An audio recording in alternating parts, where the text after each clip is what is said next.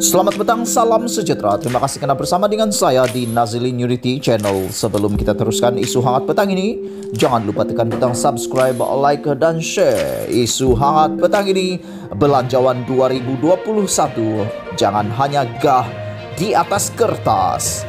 Kuala Lumpur, belanjawan 2021 yang dilihat banyak pihak sebagai paling mencabar dan berbeza berbanding sebelum ini berjaya melepasi halangan pertamanya apabila diluluskan di peringkat dasar di Dewan Rakyat pada Kamis melalui undian suara.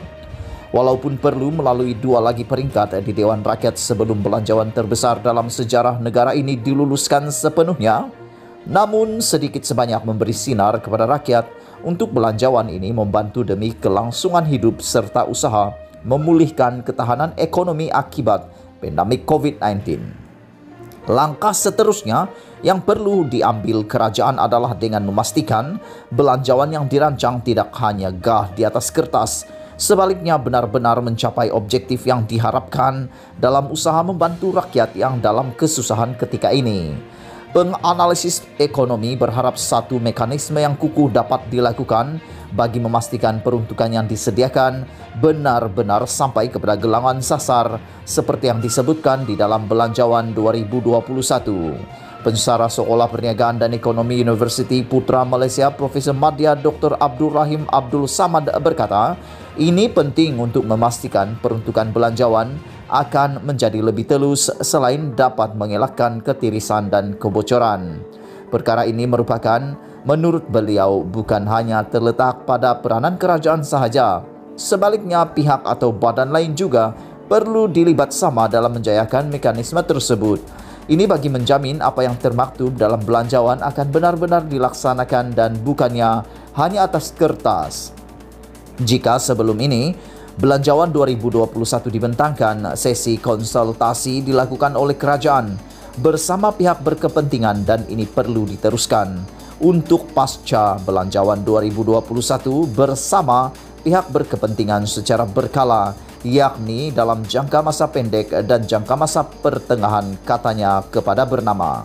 Usaha ini menurut beliau bukan sahaja menjamin belanjawan 2021 benar-benar sampai kepada golongan sasar, malah kerajaan akan mendapat maklumat tambahan tentang mana-mana lagi golongan yang tertinggal yang tidak mendapat manfaat melalui belanjawan kali ini, sedangkan mereka terkesan dengan pandemik COVID-19. Abdul Rahim berkata, segala input yang diperoleh dari sesi konsultasi tersebut perlu dikongsikan kepada masyarakat umum melalui saluran khusus, mungkin melalui Jabatan Komunikasi Community JKOM, yakni penjenaan semula Jabatan Hal Ehwal Khas Jasa. Ini bertepatan dengan objektif JKOM yang memainkan peranan dengan mewujudkan komunikasi dua hala antara kerajaan dan rakyat, di samping melibatkan juga pihak berkepentingan yang lain bagi menjamin integriti dan accountability dalam pengurusan wang belanjawan ini.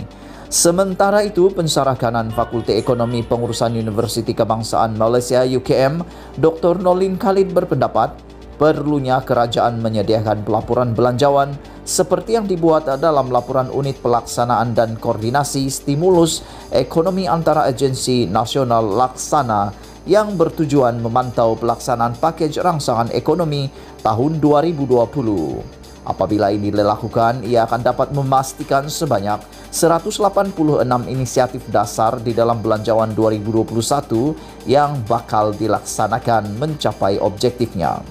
Belanjawan kali ini merupakan yang terbesar dalam sejarah dengan RM322.5 bilion diperuntukkan.